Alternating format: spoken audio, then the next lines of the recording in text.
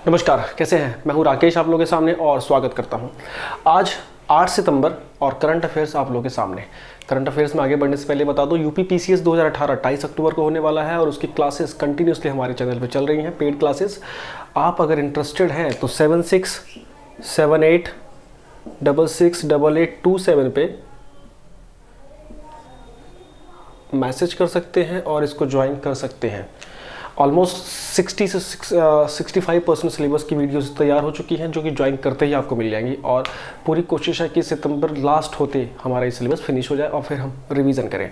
उम्मीद रहेगी कि आप लोगों को ये चीज़ें अच्छी लगेंगी। जिन्होंने ज्वाइन किया है वो इसका फ़ायदा उठा रहे हैं, और अगर आप इंटरेस्टेड हैं तो देखिएगा। चलिए शुरू करते हैं। वर्ल्ड मोबिलिटी शिखर सम्मेलन कल ही हुआ।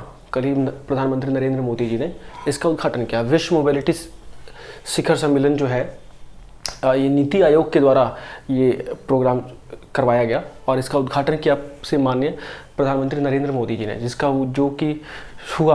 उद्घाटन हुआ नई दिल्ली में। ठीक है, तो वर्ल्ड मोबिलिटी समिट कहाँ हुआ है इस बार का? न्यू दिल्ली, स्पॉन्सर्ड बाय या प्रिपेयर्ड बाय नीति आयोग, है ना, नरेंद्र मोदी जी के द्वारा इसको उद्घाटन किया गया। नेक्स्ट है कॉमकासा एक्ट। क्या है ये? अभी भारत और अमेरिका की बैठक हुई, बहुत ही बहुप्रतिष्ठित। हमने पिछले करंट अफेयर में डिस्कस किया था 2+2, जिसमें कि उनके रक्षा सचिव और विदेश मंत्री प्लस भारत के विदेश मंत्री और रक्षा मंत्री ने बातचीतें की, और उसमें भारत को एक अच्छी सफलता मिली है। कॉमकासा एग्रीमेंट अमेरिका के साथ इंडिया ने साइन किया है। अभी बहुत से मुद्दे ऐसे हैं जिन पे राय नहीं बन पाई है, लेकिन इसका फुल फॉर्म है communication compatibility and security agreement. ये पेपर में श्योर शॉर्ट क्वेश्चन आने वाला है गारंटी के साथ। तो इस 2+2 डायलॉग्स पे जो भी बातें हैं सब जरूर देखते रहिएगा। इस बातचीत में और इस एग्रीमेंट में जो थी वो रूस की छाया बहुत पड़ी हुई थी, बिकॉज इंडिया जो रूस से S-400 मिसाइल डिफेंस सिस्टम ले रहा है वो, और कई सारे जो प्रोक्योरमेंट कर रहा है वो, अमेरिका को मानना पड़ा कि भारत अपने परंपरागत अलाय को जल्दी छोड़ नहीं सकता जिससे वो वेपन लेता है। तो रशिया टेक्निकली अगर देखा जाए तो बहुत परंपरागत पहले से भारत उससे हथियार लेता रहा है। भारत के डिफेंस सिस्टम में कई ऐसे हथियार हैं जिसके लिए भारत रूस पे ही डिपेंड है। तो चीज़ें इतनी बदल नहीं सकती। इस बात को अमेरिका ने समझा और उसको ज़्यादा तवज्जो उन्होंने नहीं दी। ठीक है ना, जिस पे कयास लगाए जा रहे थे कि शायद समस्या हो सकती है, बिकॉज अमेरिका ने सैंक्शंस लगाए हुए हैं कि जो रशिया के साथ डील करेगा, आर्म्स डील करेगा। दूसरी बात क्या, इस एक्ट से होगा क्या? इस एक्ट से आपको सेंसिटिव इंफॉर्मेशन टेक्नोलॉजीज़ मिलेंगी। ये वो जानकारियां हैं या वो सुविधाएं हैं जो कि अमेरिका सिर्फ नाटो देशों के साथ शेयर करता है। जैसे युद्ध काल में आपके वॉरशिप को लोकेशंस मिलेंगी या अन्य कोई एक्टिविटी आपके अगेंस्ट हो रही है उसके बारे में आपको जानकारी मिल सकती है। आपके जो दुश्मन है उसके लिए ये संयुक्त रूप से आप कार्य कर सकते हैं या स्ट्रेटजी बना सकते हैं। तो मुख्य रूप से एक प्रकार से तीनों जो वर्ड लिखे हुए हैं, कम्युनिकेशन कंपेटिबिलिटी एंड सिक्योरिटी, इसके अंतर्गत सुरक्षा के तहत मतलब जानकारियों का आदान प्रदान मुख्य रूप से होगा। जैसे इसमें दाऊद इब्राहिम की बात निकली थी कि अमेरिका दाऊद इब्राहिम के ऊपर शिकंजा कसेगा और उस पर कुछ एक्टिविटी आगे बढ़ेगी। तो ये सब चीज़ें इस एक्ट के तहत हो सकती हैं। और सबसे बड़ी बात यह है कि इस प्रकार का एक्ट सिर्फ नाटो देशों के साथ ही होता है। ठीक है, अब देखिए, first ever mid air refueling of Tejas. Tejas आपको पता है कि पूरी तरह से भारत में निर्मित भारतीय एयरफोर्स का लड़ाकू जहाज है, और पहली बार उसने हवा में ही ईंधन को भरा है अपने टैंक में। ठीक है, ये मिड एयर फ्यूलिंग कहा जाता है इसको, और इसको फिलअप किया गया है IL-78 MKI, जो रशिया से बना हुआ ऑयल टैंकर है ना, उसके द्वारा इसको फिलअप किया गया। तो ये पहली बार ऐसा हुआ है। बहुत अच्छा क्षण हम लोगों के लिए। तेजस एक के बाद एक अपने नए आयाम स्थापित करते जा रहा है, और धीरे धीरे भारत भी अपने मेक इन इंडिया प्रोजेक्ट के तहत अपने को सेल्फ सफिशिएंट करते जा रहा है, सेल्फ डिपेंडेंट करते जा रहा है इन चीज़ों के ऊपर, क्योंकि भारत अभी तक खास तौर से इन सब चीज़ों के लिए विदेशियों या विदेशी संस्थाओं के ऊपर ही निर्भर रहता है।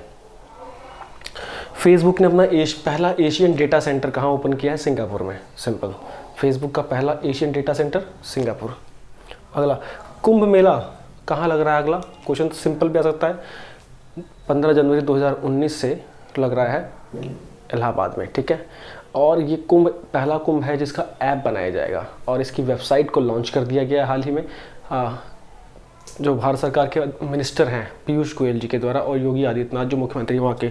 तो कुंभ 2019 पहला ऐसा कुंभ होगा जिसका ऐप बनाया गया है और जिसकी वेबसाइट बनाई गई है। तो इम्पॉर्टेंट है, इस पर और अपडेट्स आएंगे, देखते रहेंगे। प्रधानमंत्री जनधन योजना फिर न्यूज़ में है। प्रधानमंत्री जनधन योजना का लेटेस्ट रिकॉर्ड ये है कि 32 करोड़ तक अकाउंट खुल गए हैं, जिसमें करीब 84,000 करोड़ रुपए सरकार ने देखे हैं कि उसमें हैं, उन अकाउंट्स में हैं।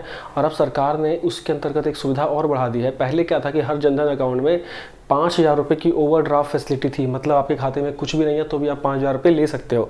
अब वो ओवरड्राफ्ट फैसिलिटी इंक्रीज़ करके 10,000 कर दी गई है।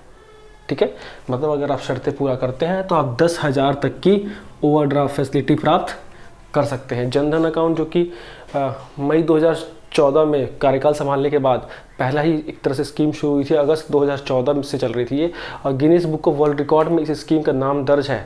मतलब इतने बड़े पैमाने में फाइनेंशियल इंक्लूजन हुआ है, लोगों के अकाउंट खुले गए, 32 करोड़ अकाउंट 4 साल में, आप सोच सकते हैं। नेक्स्ट, ये बहुत इंपॉर्टेंट क्वेश्चन है।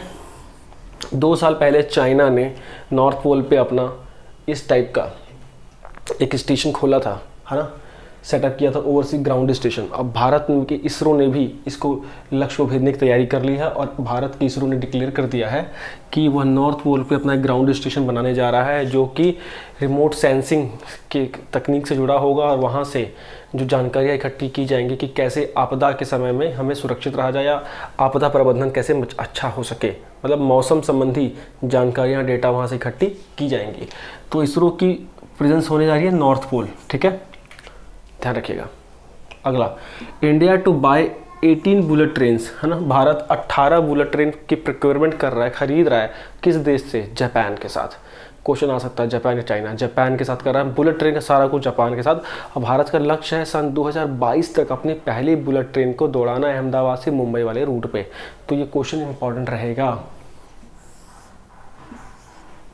फिर जापान अब तक का सबसे 25 सालों में अब तक का सबसे भीषण तूफान झेल रहा है, जिसका नाम है टाइफून जेबी।